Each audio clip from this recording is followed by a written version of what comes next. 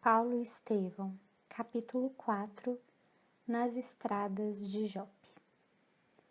Estamos na velha Jerusalém, numa clara manhã do ano 35. No interior de sólido edifício, onde tudo transpira conforto e luxo da época, um homem ainda moço parece impaciente à espera de alguém que se demora. Ao menor rumor da via pública, corre à janela apressado, voltando a sentar-se e a examinar papiros e pergaminhos, como quem se diverte matando o tempo. Chegando à cidade, depois de uma semana de viagem exaustiva, Sadoc aguardava o amigo Saulo para o abraço afetuoso de sua amizade de muitos anos. Dentro em breve, um carro minúsculo, semelhante às bigas romanas, estacava à porta, tirado por 2 soberbos cavalos brancos. Num minuto, as nossas personagens se abraçaram efusivamente, transbordantes de alegria e juventude. O jovem Saulo apresentava toda a vivacidade de um homem solteiro, bordejando seus 30 anos. Na fisionomia cheia de virilidade e máscula beleza, os traços israelitas fixavam-se particularmente nos olhos profundos e percussientes, próprios dos temperamentos apaixonados e indomáveis, ricos de agudeza e resolução. Trajando a túnica do patriciato, falava de preferência o grego, a que se afeiçoara na cidade natal, ao convívio de mestres bem-amados, trabalhados pelas escolas de Atenas e Alexandria. "Quando chegaste?" perguntou Sadoc, bem-humorado ao visitante. "Estou em Jerusalém desde ontem de manhã. Aliás, estive com tua irmã e teu cunhado, que me deram notícias tuas ao partirem para a Lida. E como vais de vida lá por Damasco?"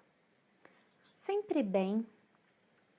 Antes que se fizesse alguma pausa, o outro observou: "Mas como estás modificado, um carro à romana, a conversação em grego e..." Saulo, porém, não o deixou prosseguir e rematou: "E no coração a lei, sempre desejoso de submeter Roma e Atenas aos nossos princípios." "Sempre o mesmo homem", exclamou o amigo com um sorriso franco. "Aliás, posso apresentar um complemento às tuas próprias explicações. A biga é indispensável às visitas a uma casinha florida na estrada de Jope, e a conversação grega é necessária aos colóquios com uma legítima descendente de Issacar, nascida entre as flores e os mármores de Corinto." "Como sabes?" inquiriu Saulo, admirado. "Pois não te disse que estive ontem à tarde com tua irmã?" E os dois, acomodados em poltronas confortáveis da época, entremeando a conversação com algumas pequenas taças do capitoso Chipre, exploravam largamente os problemas da vida pessoal, relacionando as pequenas ocorrências de cada dia. Jovialíssimo, Saulo contou ao amigo que, de fato, se enamorara de uma jovem da sua raça, que aliava os dotes de peregrina beleza aos mais elevados tesouros do coração. Seu culto ao lar constituía um dos mais santificados atributos femininos. Explicou o primeiro encontro que tiveram. Em companhia de Alexandre e Gamaliel, fora havia uns 3 meses, a festividade íntima que Zacarias ben Hanan, adiantado lavrador no caminho de Jope, oferecer a alguns amigos bem colocados em homenagem à circuncisão dos filhinhos de seus servidores. Acrescentou que o anfitrião era antigo comerciante israelita emigrado de Corinto, após longos anos de trabalho na Acaia, desgostoso com as perseguições de que fora vítima. Após grandes provações na viagem de Quencreia a Cesareia, Zacarias chegara àquele porto em péssimas condições financeiras, mas foi auxiliado por um patrício romano, que lhe facultou recursos para arrendar uma grande propriedade na estrada de Jope, a regular distância de Jerusalém. Acolhido generosamente em sua casa, agora farta e feliz, Ali conhecera na jovem Abigail um terno coração de menina, dona dos mais belos predicados morais que pudessem exornar uma filha da sua raça. Era, de fato, o seu ideal de moço. Inteligente, versada na lei e, sobretudo, dócil e carinhosa. Adotada pelo casal como filha muito cara, havia sofrido amargamente em Corinto, ali deixando o pai morto e o irmão escravizado para sempre. Havia 3 meses que se conheciam, permutando-se as mais risonhas esperanças e, quem sabe, talvez o Eterno lhes reservasse a união conjugal como coroamento dos sonhos sagrados da juventude. Saulo falava com entusiasmo próprio do seu temperamento apaixonado e vibrátil. No olhar profundo, notava-se a chama viva dos sentimentos resolutos, com respeito à afeição que lhe dominava a capacidade emotiva. E já comunicaste a teus pais esses projetos? Perguntou Sadoc. Minha irmã pretende ir a Tarso nestes 2 meses e será intérprete dos meus votos, concernentes à organização do meu futuro. Aliás, sabes, isso não pode nem deve ser um problema de soluções precipitadas. Penso que ao homem não convém entregar-se assim, sem mais nem menos, a uma questão decisiva do seu destino. Obedecendo ao nosso velho instinto de prudência, venho analisando demoradamente meus próprios ideais e ainda não trouxe Abigail para conviver com Dalila alguns dias em nossa casa. Pretendo fazê-lo tão só nas vésperas da visita de minha irmã ao lar paterno. Já que acalenta tantos projetos para o futuro, adjuntou o amigo com bondoso interesse. Em que pé estão as tuas pretensões ao cargo no Sinédrio? Não posso queixar-me, porquanto o tribunal me confere atualmente atribuições especialíssimas.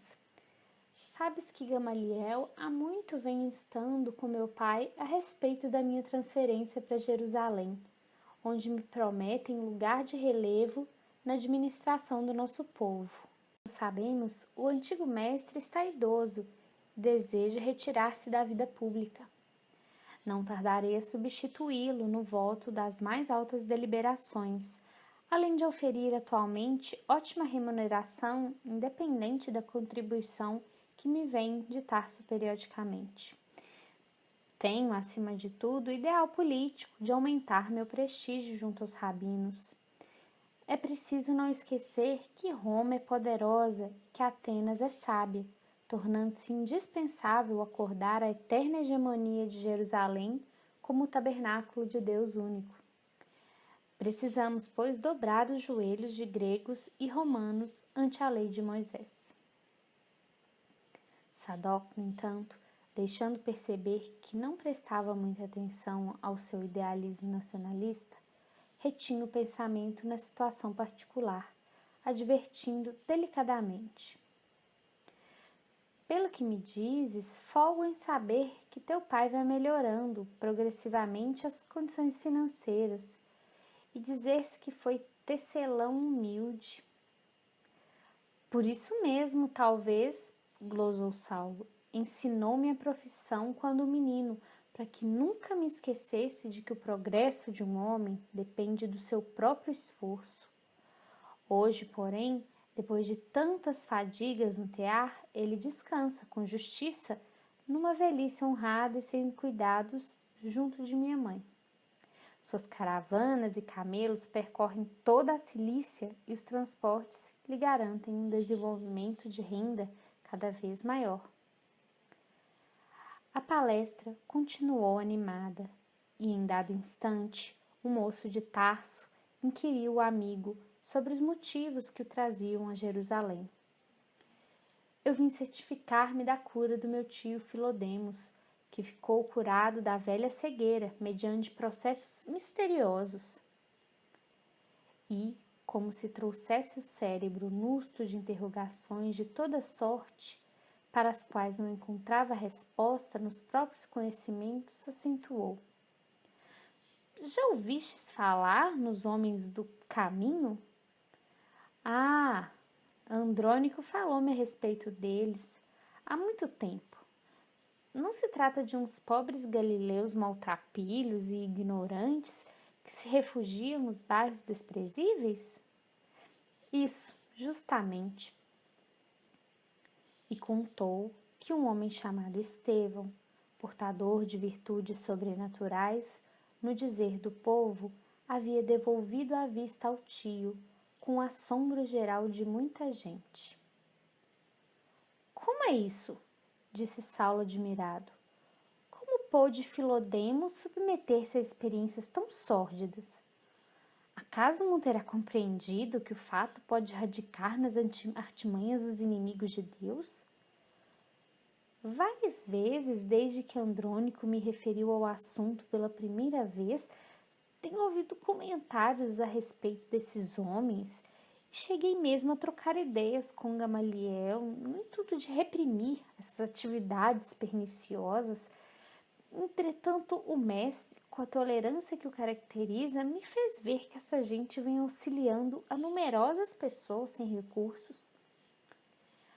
Sim, atalhou o outro, mas ouço dizer que as pregações de Estevão estão arrebanhando muitos estudiosos a novos princípios que, de algum modo, infirmam a lei de Moisés.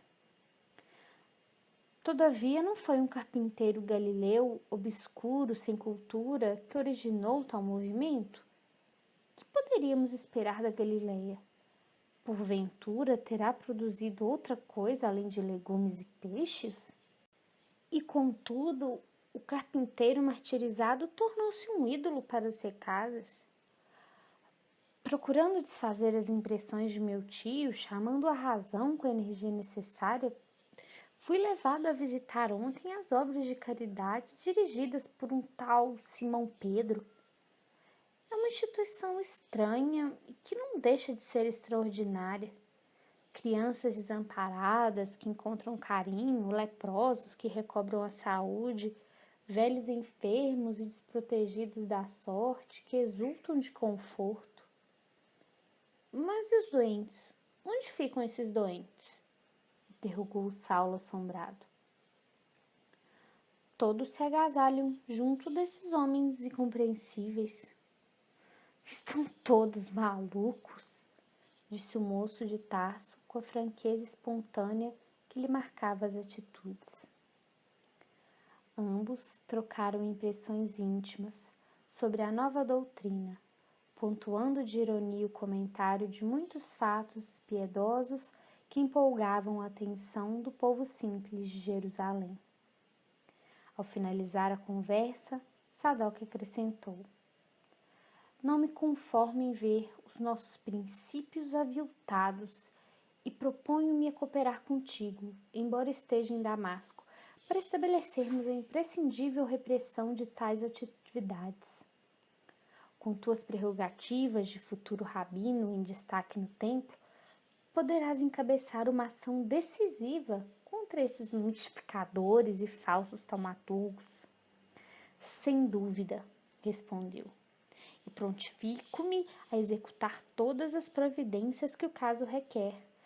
Até agora a atitude no Sinédrio tem sido a máxima tolerância, mas falei que todos os companheiros mudem de opinião, procedam como lhes compete, em face dessas investidas que estão a desafiar severa punição.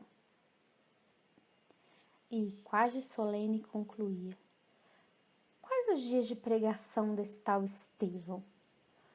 Aos sábados. Pois bem, depois de amanhã iremos juntos apreciar o São Deus.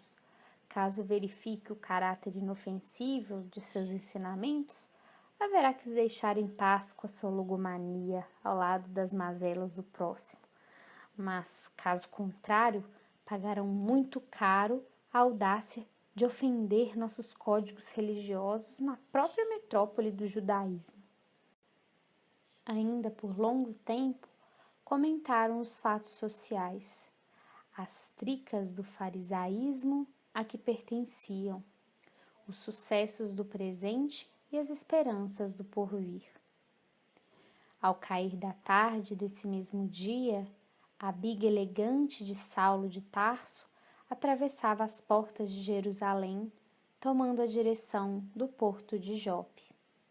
O sol ardente, alto ainda no horizonte, enchia o caminho com sua luz muito viva. O semblante do jovem doutor da lei irradiava uma alegria louca ao trote largo dos animais, que, de quando em vez, passavam a galopar. Recordava satisfeito o esporte a que se afeiçoara na cidade natal, tão ao gosto grego em que fora educado graças à solicitude paterna. Olhos fixos nos cavalos árdegos e velozes, vinham-lhe à mente as vitórias alcançadas entre os parceiros de jogos na sua descuidosa adolescência. Poucas milhas distante, erguia-se uma casa confortável, entre grandes tamareiras e pessegueiros em flor. Em torno, grandes plantações de legumes, ao lado de tênue fio d'água inteligentemente aproveitado em extenso horto. A propriedade era parte integrante de uma das muitas pequenas aldeias que rodeavam a cidade santa, onde quer que houvesse condições favoráveis para a pequena lavoura, de alto interesse nos mercados de Jerusalém, colocada no meio de uma secura singular. Era aí que Zacarias se instalara com a família, para recomeçar a vida honesta. Ruth e Abigail procuravam ajudá-lo no seu nobre esforço de homem ativo e trabalhador, cultivando frutos e flores e, com isso, aproveitando toda a terra disponível. Deixando Corinto, o generoso israelita encontrou grandes dificuldades até que desembarcou em Cesareia, onde lhe esgotaram os últimos recursos. Alguns conterrâneos, entretanto, o apresentaram a conhecido patrício romano, grande proprietário na Samaria e que lhe emprestou avultada soma, recomendando-lhe aquela zona de Jope, onde poderia arrendar-lhe a propriedade de um amigo. Zacarias aceitou o auxílio e tudo ia às mil maravilhas. A venda de legumes e frutas, bem como a criação de aves e animais pesados, compensavam-lhe as fadigas. Embora distante de Jerusalém, tivera ensejo de visitar a cidade mais de 3 vezes, sendo que, sob o amparo de Alexandre, parente próximo de Anás, conseguira incluir-se entre os negociantes privilegiados que podiam vender animais para os sacrifícios do templo. Auxiliado por amigos influentes, do estofo de Gamaliel e de Saulo de Tarso, que se emancipara da condição de discípulo para graduar-se em autoridade competente no mais alto tribunal da raça, pudera resgatar grande parte de suas dívidas, caminhando vertiginosamente para uma bela posição de independência financeira no país natal. Ruth regozijava-se com a vitória do marido, secundada por Abigail, em quem encontrara a dedicada afeição de verdadeira filha. A irmã de Gesiel parecia haver refundido a delicadeza dos traços feminis na forja do sofrimento experimentado. A gracilidade no semblante e o negrume dos olhos haviam-se irmanado a um véu de formosa tristeza que a envolvera toda a partir daqueles dias trágicos e lúgubres passados em Corinto. Quanto desejava uma notícia, ainda que ligeira e banal, do irmão que o destino havia convertido em escravo de verdugos cruéis. Para isso, desde os primeiros tempos, Zacarias não poupara expedientes nem esforços. Incumbido a um fiel amigo de Acaia de promover diligências em tal sentido, apenas fora informado de que Gesiel havia sido levado, quase a ferros, para a bordo de um navio mercante que se destinava a Nicópolis. Nada mais. Abigail instara novamente. E de Corinto vinham novas promessas dos amigos, que prosseguiriam investigando nas rodas afeiçoadas a Licínio Minúcio, de modo a descobrirem o paradeiro do jovem cativo. Nesse dia, a moça recordava profundamente a figura do irmão querido, as suas advertências e conselhos tão carinhosos sempre. Desde que travara relações com o rapaz de Tarso e entrevira a possibilidade de uma união conjugal, era com ansiedade que suplicava a Deus a consoladora certeza da existência do irmão, fosse onde fosse. A seu ver, Gesiel gostaria de conhecer o eleito do seu coração, cujos pensamentos eram igualmente iluminados pelo zelo sincero de bem servir a Deus. Contar-lhe-ia que a afeição da sua alma era também entretecida de comentários religiosos e filosóficos, e não tinham conta as vezes em que ambos se submergiam na contemplação da natureza, comparando as suas lições vivas com os símbolos divinos dos escritos sagrados. Saulo muito lhe ajudara no cultivo das flores da fé que Gesiel havia semeado em sua alma singela. Não era ele um homem excessivamente sentimental, dado às efusões dos carinhos que passam sem maior significação, mas compreendera-lhe o espírito nobre e leal que um profundo sentimento de autodomínio assinalava. Abigail estava certa de entender-lhe as aspirações mais íntimas, nos sonhos grandiosos que lhe empolgavam a mocidade. Sublime atração, essa que a impelia para o jovem sábio, voluntarioso e sincero. Às vezes, parecia-lhe áspero e enérgico em demasia. Suas concepções da lei não admitiam meio-termos. Sabia ordenar e desagradava-lhe qualquer expressão de desobediência aos seus propósitos. Aqueles meses de convívio quase diário davam-lhe a conhecer o seu temperamento indômito e inquieto, a par de um coração eminentemente generoso, onde uma fonte de ignorada ternura se retraía em abismais profundezas. Mergulhado em cismas, num gracioso banco de pedra, junto dos pessegueiros em festa primaveril, viu que o carro de Saulo se aproximava ao trote largo dos animais. Zacarias o recebeu à distância e juntos, em conversação animada, demandaram o interior para onde a jovem se dirigiu. A palestra estabeleceu-se no tom de cordialidade que se repetia várias vezes na semana, e, como de costume, os dois jovens, no deslumbramento da paisagem crepuscular, quase de mãos dadas como dois prometidos, desceram ao pomar, cuja relva se constituía de espaçosos canteiros de flores orientais. O mar estendia-se a distância de muitas milhas, mas o ar fresco da tarde dava a impressão dos ventos suaves que sopram do litoral. Saulo e Abigail falaram, a princípio, das banalidades de cada dia. Contudo, em dado momento, reconhecendo o véu de tristeza que se estampava no rosto da companheira, o moço interrogou-a com ternura. — Por que estás tão triste hoje? — Não sei, respondeu ela, de olhos úmidos. Mas tenho pensado muito em meu irmão. Espero ansiosa notícias dele, pois guardo a esperança de que possas conhecer mais cedo ou mais tarde. Gesiel acolheria tua palavra com entusiasmo e contentamento. Um amigo de Zacarias prometeu informações a respeito e estamos esperando notícias de Corinto. Depois de pequena pausa, ergueu os grandes olhos e prosseguiu.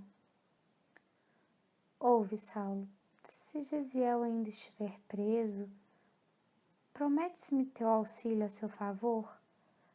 Teus prestigiosos amigos de Jerusalém poderão intervir para libertá-lo, junto do procônsul de Acaia, quem sabe? Minhas esperanças agora resumem-se exclusivamente em ti. Ele tomou-lhe a mão e replicou, enternecido: farei tudo por ele. E fixando nela os olhos dominadores e apaixonados, acentuou: Abigail, amarias a teu irmão mais que a mim? Que dizes? Exclamou, compreendendo a delicadeza da pergunta. Entendes o meu coração fraterno e isso me exime de mais amplas explicações. Como sabes, querido, Gesiel foi meu amparo nos dias de orfandade materna. Companheiro de infância, amigo de juventude sem sonhos, foi sempre o irmão carinhoso que me ensinou a soletrar os mandamentos, a cantar os salmos de mãos postas, livrando-me das veredas do mal e inclinando-me ao bem e à virtude. Tudo que encontraste em mim constitui dádiva da sua generosa assistência de irmão desvelado. Saulo observou-lhe o olhar úmido de pranto e considerou com bondade. Não chores, compreendo as suas sagradas razões afetivas. Se necessário, irei ao fim do mundo descobrir Gesiel, caso ainda esteja vivo. Levarei cartas de Jerusalém à corte provincial de Corinto. Farei tudo. Tranquilize-te, pois. Pelos teus informes, presumo nele um santo. Mas falemos de outras coisas. Há problemas imediatos a resolver. E nossos projetos, Abigail? Deus há de abençoar-nos, murmurou a jovem comovida. Ontem, Dalila e o esposo foram a Lida em visita a alguns parentes nossos. Entretanto, ficou tudo combinado para que estejas conosco em Jerusalém daqui a 2 meses. Antes que minha irmã empreenda a próxima viagem a Tarso, quero que ela te conheça mais intimamente, a fim de que exponha com franqueza a meus pais o nosso projeto de casamento. Teu convite me sensibiliza sobremaneira, mas nada de restrições e timidez. Viremos buscar-te. Combinarei todas as providências indispensáveis com Ruth e Zacarias. E quanto ao necessário para que te apresentes numa cidade grande, não permitirei que façam aqui despesa alguma. Já estou providenciando para que recebas em breves dias várias túnicas de modelo grego. E rematava a observação com um belo sorriso. Eu quero que apareças em Jerusalém como expoente perfeito da nossa raça, desenvolvida entre as antigas belezas de Corinto. A moça fez um gesto tímido, demonstrando íntimo contentamento. Mais alguns passos e sentaram-se sob os velhos pessegueiros floridos, respirando a longo haustos as virações suaves que perfumavam o ambiente. A terra, cultivada e colorida de rosas em todos os matizes, exalava delicioso aroma. O fim do crepúsculo está sempre cheio de sons que passam apressados, como se a alma das coisas estivesse igualmente ansiosa pelo silêncio amigo do grande repouso. Eram árvores frondosas que se velavam nas sombras, derradeiros passarinhos errantes que voejavam céleres e as brisas cariciosas que chegavam de longe, agitando as grandes ramarias e acentuando os doces murmúrios do vento. Saulo, inebriado de indefinível alegria, contemplou as primeiras estrelas que sorriam no céu recamado de luz. A natureza é sempre o espelho fiel das emoções mais íntimas, e aquelas vagas de perfume que as variações traziam de longe encontravam eco de misterioso júbilo no seu coração. Abigail, disse retendo-lhe a mãozinha entre as suas, a natureza canta sempre com as almas esperançosas e crentes. Com que ansiedade esperei-te no caminho da vida. Meu pai falou-me do lar e das suas doçuras, e eu aguardava a mulher que me compreendesse inteiramente. Deus é bom, replicou ela com enlevo. E somente agora reconheço que depois de tantos sofrimentos, Ele me reservava, na sua misericórdia infinita, o tesouro maior da minha vida, o teu amor, na terra de meus pais. Teu afeto, Saulo, concentra todos os meus ideais. O céu nos fará felizes.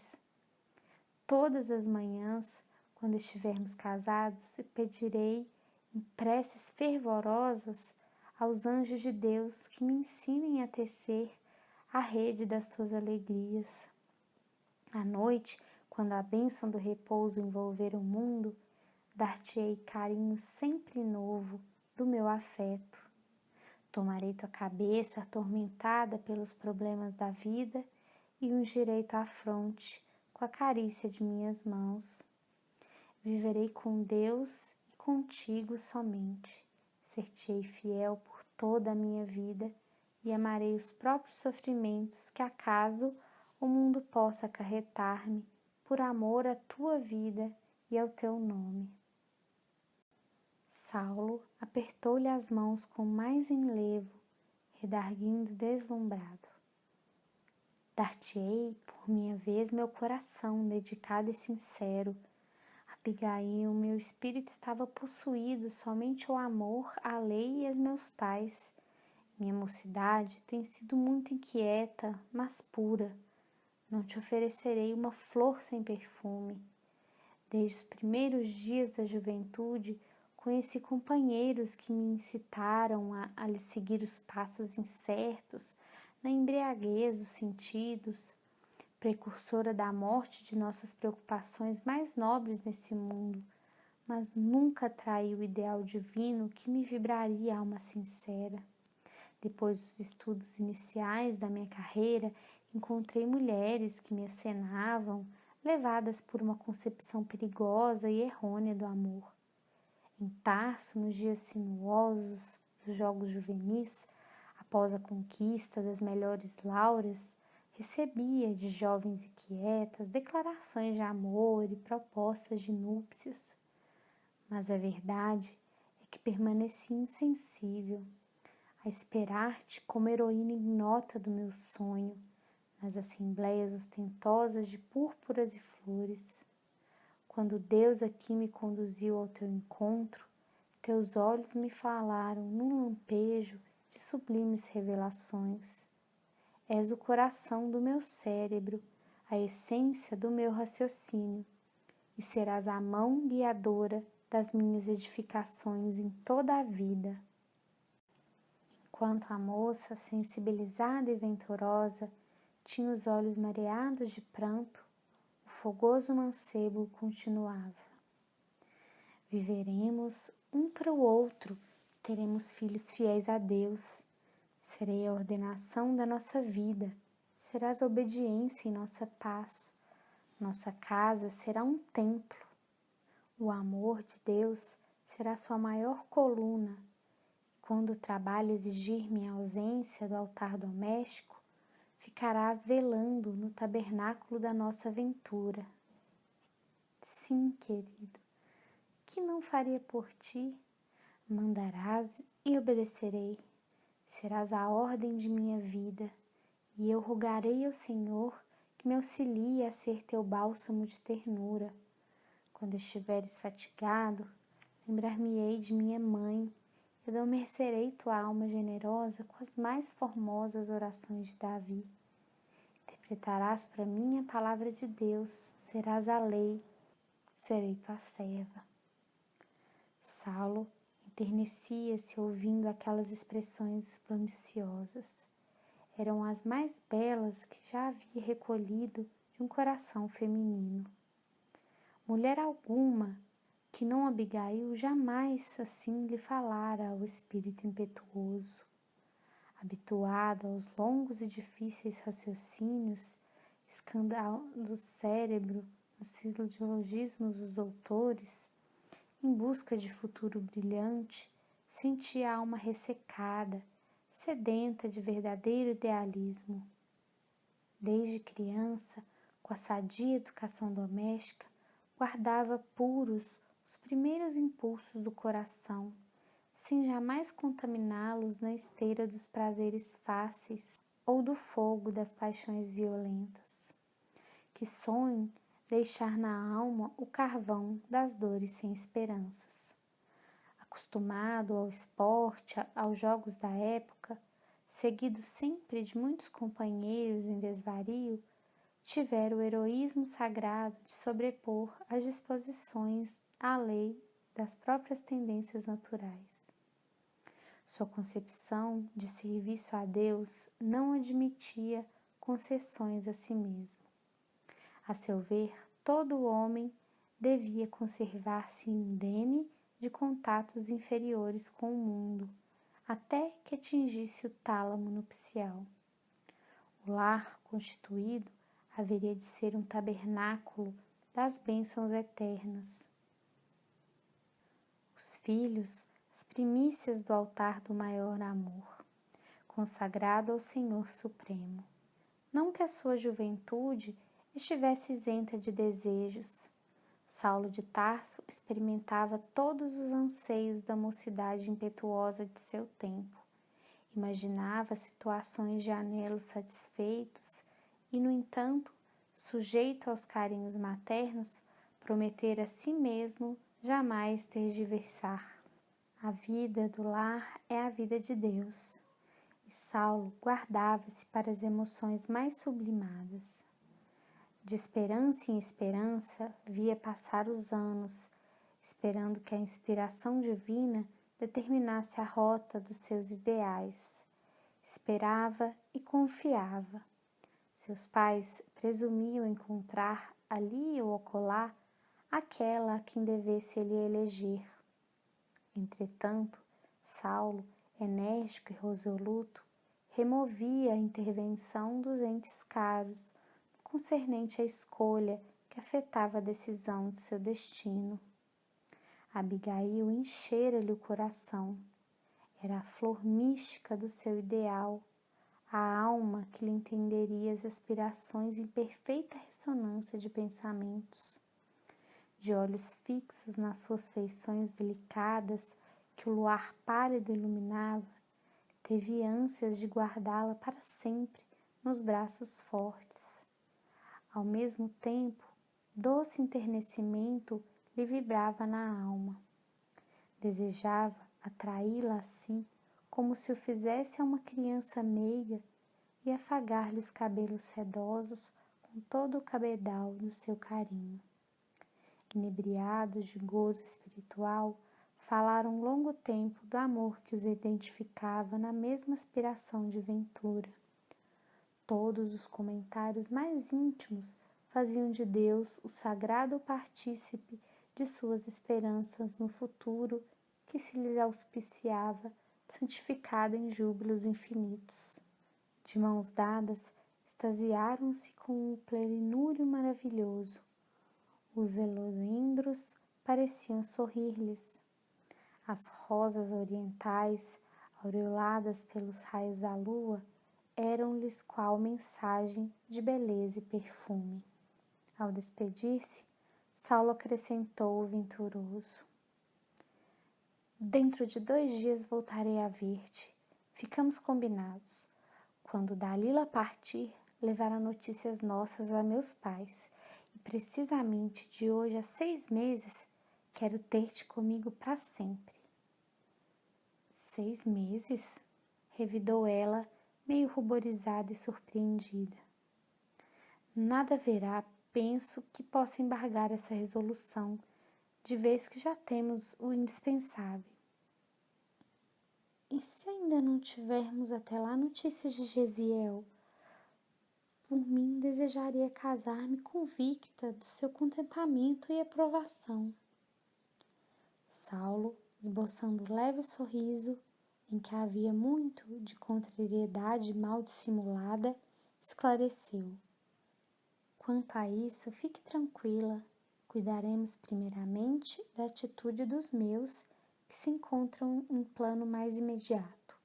E tão logo resolvamos o problema, se preciso for, irei pessoalmente à Caia. É impossível que Zacarias não receba novas notícias de Corinto nas próximas semanas, então providenciaremos com mais segurança. Abigail teve um gesto de satisfação e reconhecimento. Irmanados agora na mesma vibração de júbilo, antes que reentrassem em casa, onde os donos os aguardavam entretidos com a leitura das profecias, Saulo levou a mão da jovem aos lábios e murmurou a despedida habitual. Fiel para sempre. Daí a minutos, depois de ligeira palestra com os amigos, ouvia-se o trotear dos animais, estrada em fora, de regresso a Jerusalém. O carro minúsculo rodava celeremente ao luar sob uma nuvem de pó.